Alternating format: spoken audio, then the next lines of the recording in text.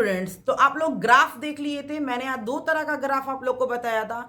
एक आपको बताया था डिस्टेंस टाइम ग्राफ और एक आपको मैंने बताया था वेलोसिटी टाइम ग्राफ या डिस्प्लेसमेंट टाइम ग्राफ और वेलोसिटी टाइम ग्राफ।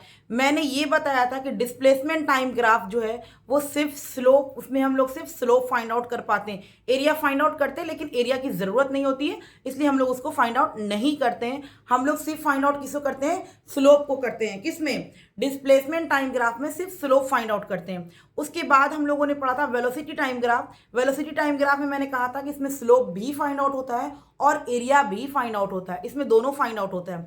अगर वेलोसिटी टाइम ग्राफ में स्लोप फाइंड आउट कर रहे हैं तो वो एक्सीलरेशन फाइंड आउट कर रहे हैं, और वेलोसिटी टाइम ग्राफ में एरिया फाइंड आउट कर रहे हैं तो हम लोग उसका डिस्प्लेसमेंट फाइंड आउट कर रहे हैं। मैंने आपको बताया था एक क्वेश्चन में अगर वेलोसिटी टाइम ग्राफ दिया हुआ है और आपसे कह रहा है कि एक्सीलरेशन निकालिए, तो सिंपल सा आप स्लोप निकाल दीजिए, slope is equal to Y upon X से।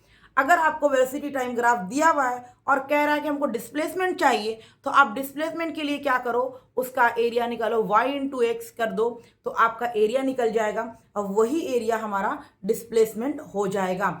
आई होप कि आप लोग का क्लियर हुआ होगा। यहाँ पर हम लोग दो तीन तरह का मोशंस देख लेंगे, सॉरी दो तीन तरह का ग्राफ देख लेंगे, रेस्ट में, मोशन में, सॉरी यूनिफॉर्म मोशन में और नॉन यूनिफॉर्म मोशन में। तीन तरीके से हम लोग ग्राफ देख लेंगे ताकि ग्राफ से जो हम लोग है ना 100% सेटिस्फाइड हो जाए कि हाँ ग्राफ से अगर क्वेश्चंस आएगा तो हम लोग कर लेंगे। इसके बाद मैं आपको ग्राफ से बहुत सारा क्वेश्चंस कराऊंगी ताकि आप जो है ना ग्राफ में कमांड रख लें, और कोई अगर बोले कि ग्राफ का क्वेश्चन हमसे सॉल्व नहीं होता है तो आप उनसे बोलो कि मेरे से तो सॉल्व हो जाता है। ठीक है ना? क्लियर है पॉइंट? तो चलिए सबसे पहले हम लोग करेंगे ग्राफ ऑन रेस्ट। रेस्ट में जो ग्राफ है उसका कैसा दिखेगा हम लोग को, ग्राफ ऑन रेस्ट। ठीक है, रही बात नोट्स की, तो मैं इतना लिख देती हूं कि नोट्स की जरूरत नहीं पड़ेगी। आई होप सो आप लोग को। ठीक है ना? बहुत सारे बच्चे बोलते हैं क्या ना, हमको एग्जाम के टाइम में नोट्स को जल्दी जल्दी पढ़ने के लिए हमको नोट्स बनाना पड़ता है। 75% बच्चे अपने नोट्स बनाने में टाइम वेस्ट कर रहे हैं। समझ में आ रही बात? आप नोट्स के पीछे ना भागो ना, आप एक टॉपिक पढ़ो, एक टॉपिक पढ़ लिए 10 मिनट रेस्ट लो, फिर जो पढ़े उसको अपनी कॉपी में लिख डालो। समझ में आ गया? वो जो आप नोट्स बनाओगे ना वो आपका ज्यादा अच्छा होगा। और दूसरी बात मैं ये बात बताती हूं कि एनसीईआरटी पढ़ लिया करो। क्या होता है एनसीईआरटी पढ़ने से क्या होगा ना, उसमें कुछ नए वर्ड होते हैं, कुछ नए वर्ड इस्तेमाल किए होते हैं जो कि आप यूज करोगे अगर आंसर में, तो आपको टीचर्स और अच्छे मार्क्स देंगे कि हाँ बहुत अच्छा एनसीईआरटी पढ़ा हुआ है। समझ में आ रही है बात? तो एनसीईआरटी जरूर पढ़ा करो, जरूर पढ़ा करो।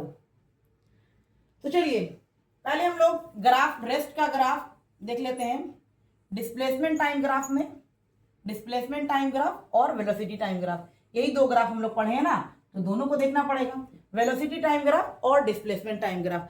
अगर ऑब्जेक्ट रेस्ट में है, ऑब्जेक्ट रेस्ट में है डिस्टेंस टाइम ग्राफ में, मान लिया कि 3 मीटर पे ऑब्जेक्ट खड़ा हुआ है, 1 second, 2 second, 3 second, 4 second, 5 second, ठीक है ना? 5 सेकेंड में 3 मीटर पे ऑब्जेक्ट खड़ा हुआ है। टाइम 1 सेकेंड में भी देख रहे हैं कि वो 3 मीटर पे है, 2 सेकेंड में भी देख रहे हैं कि वो 3 मीटर पे है, 3 सेकंड में भी देख रहे हैं कि वो 3 ही मीटर पे है, 4 सेकंड में देख रहे हैं कि वो 4 मीटर पे ही है, 5 सेकंड में देख रहे हैं, यानी कि जैसे जैसे टाइम बढ़ते जा रहा है ऑब्जेक्ट क्या है, वहीं पर है, क्योंकि रेस्ट वाला हम लोग जान रहे हैं, ऑब्जेक्ट वहीं पर रुका हुआ है। तो कुछ इस तरीके का ग्राफ होगा। समझ में आ रही है? कुछ इस तरीके का ग्राफ हमारा होगा। कब? जब डिस्प्लेसमेंट टाइम ग्राफ रेस्ट में होगा तो उसमें इस तरह का ग्राफ आपको शो होगा। और अगर डिस्प्लेसमेंट टाइम ग्राफ, देखो displacement time graph 1 second, 2 second, 3 second, 4 second, 5 second, ठीक है ना? 5 सेकेंड हो गया। ऑब्जेक्ट हमारा क्या हो रहा है? ऑब्जेक्ट हमारा मूव कर रहा है? नहीं कर रहा है। 1 सेकेंड में भी ऑब्जेक्ट को, 0 सेकेंड में भी ऑब्जेक्ट को यहीं पर देखें, 1 सेकेंड में भी यहीं पर है, 2 सेकेंड में भी यहीं पर है, 3 सेकेंड में भी यहीं पर है, 4 सेकेंड में भी यहीं पर है, 5 सेकेंड में भी यहीं पर है, यानी कि टाइम बढ़ता जा रहा है और वो ऑब्जेक्ट जहां पर था वहीं पर है, कोई मोशन नहीं है उसमें, कोई मोशन नहीं है उसमें, ठीक है ना? तो अगर आपको डिस्टेंस टाइम ग्राफ रेस्ट में देखना है तो इस तरीके से दिखेगा, पैरेलल टू एक्स एक्सिस। और अगर आपको वेलोसिटी टाइम ग्राफ रेस्ट में देखना है तो उस तरीके से आपको दिखेगा, वो दिखेगा। समझ में आ रहा है? यानी कि अगर आपको क्वेश्चन में दिया रहेगा कि displacement time graph parallel to X axis, इसका मतलब क्या है? Displacement time graph parallel to X axis, displacement time graph parallel to X axis क्या शो कर रहा है? Object on in are rest. Clear है पॉइंट? आई होप कि आप लोग को क्लियर हुआ होगा। तो हम लोग का ये था रेस्ट की बात। अब हम लोग करते हैं बात मोशन की, यूनिफॉर्म मोशन की। ग्राफ ऑन यूनिफॉर्म मोशन, ठीक है ना? हम लोग यूनिफॉर्म मोशन की बात करते हैं कि यूनिफॉर्म मोशन में ग्राफ हम लोग को किस तरीके से दिखेगा। तो चलिए हम लोग पहले डिस्प्लेसमेंट टाइम ग्राफ लिख लेते हैं। ये हमारा हो गया डिस्प्लेसमेंट टाइम ग्राफ, जो हमारे मीटर में लेते हैं, और ये हमारा टाइम हो गया सेकेंड में। और दूसरा ग्राफ हम लोग पढ़े हैं बच्चों, velocity time graph, velocity time graph, ठीक है ना? डिस्प्लेसमेंट टाइम ग्राफ और वेलोसिटी टाइम ग्राफ। देखो अभी 1 सेकेंड, 2 3 4 5, 2 4 6 8 10, ठीक है ना? ये यूनिफॉर्म हो गया, यानी कि एक यूनिफॉर्म वे में क्या कर रहा है, उसका डिस्टेंस डिस्प्लेसमेंट क्या हो रहा है, इंक्रीज कर रहा है यूनिफॉर्म वे में। ऐसा नहीं हुआ कि पहले 2 हो गया, उसके बाद 10 हो गया, उसके बाद 6 हो गया, उसके बाद 1 हो गया, ऐसा नहीं है ना। एक यूनिफॉर्मली इंक्रीज कर रहा है, 2 4 6 8 10, और यूनिफॉर्मली टाइम भी इंक्रीज कर रहा है। तो मान लिया कि 1 सेकेंड में वो 2 मीटर पे था, 2 सेकेंड में वो 4 मीटर पे था, 3 सेकेंड में वो 6 मीटर पे था, 4 सेकेंड में वो 8 मीटर पे था, 5 सेकेंड में वो 10 मीटर पे था।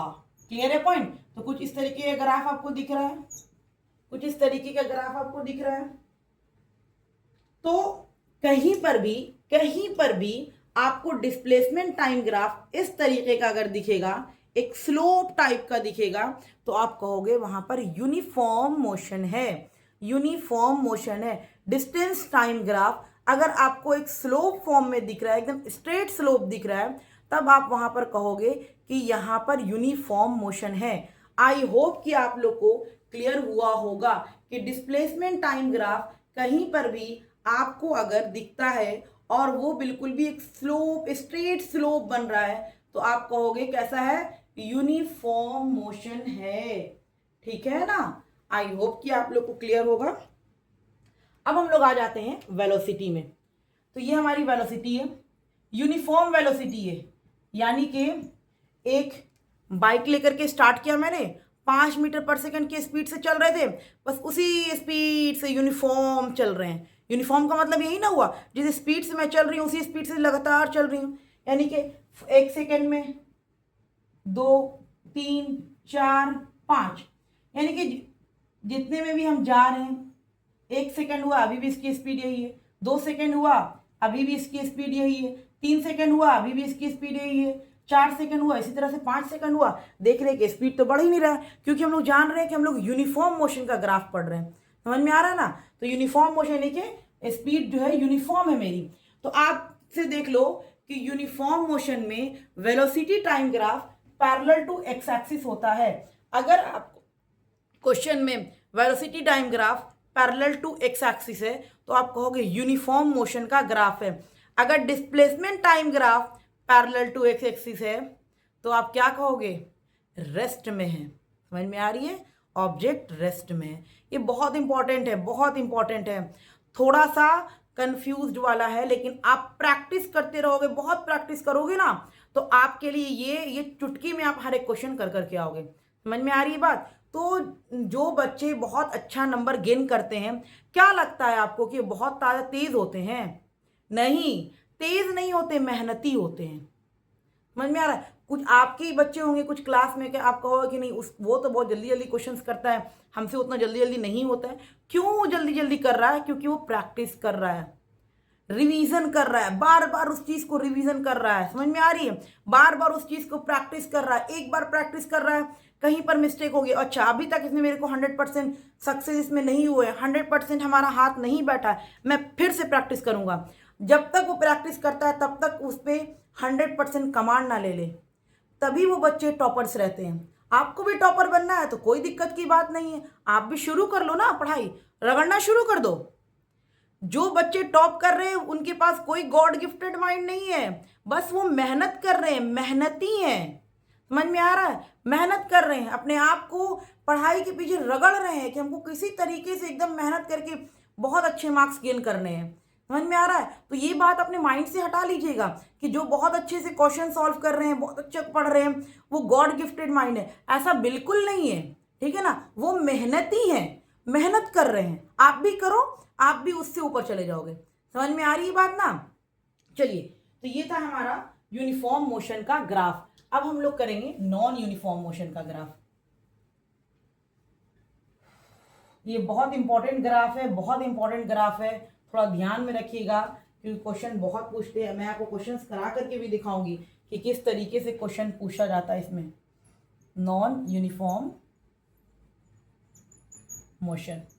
अब नॉन यूनिफॉर्म मोशन में फिर हम लोग को वही दो ग्राफ देखना है।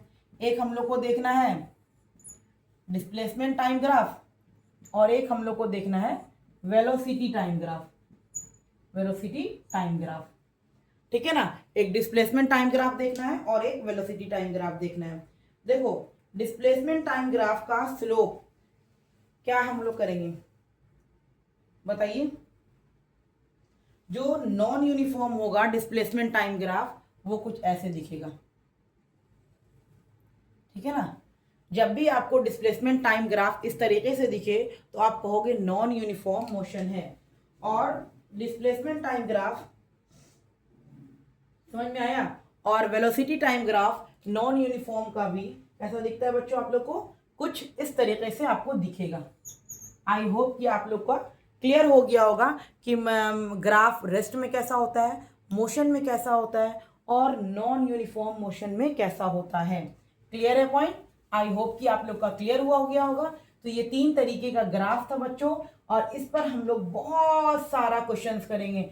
इतने क्वेश्चंस करेंगे, इतने क्वेश्चंस करेंगे कि ग्राफ हम लोग के लिए बहुत आसान हो जाने वाला है। समझ में आ रही है बात? क्लियर है पॉइंट? आई होप कि आप लोगों का बहुत अच्छे से क्लियर हुआ होगा। और हाँ, अगर कोई भी पॉइंट में दिक्कत हुआ होगा, मैं लाइव आती हूँ संडे में, हाफ आवर का लाइव रहता है।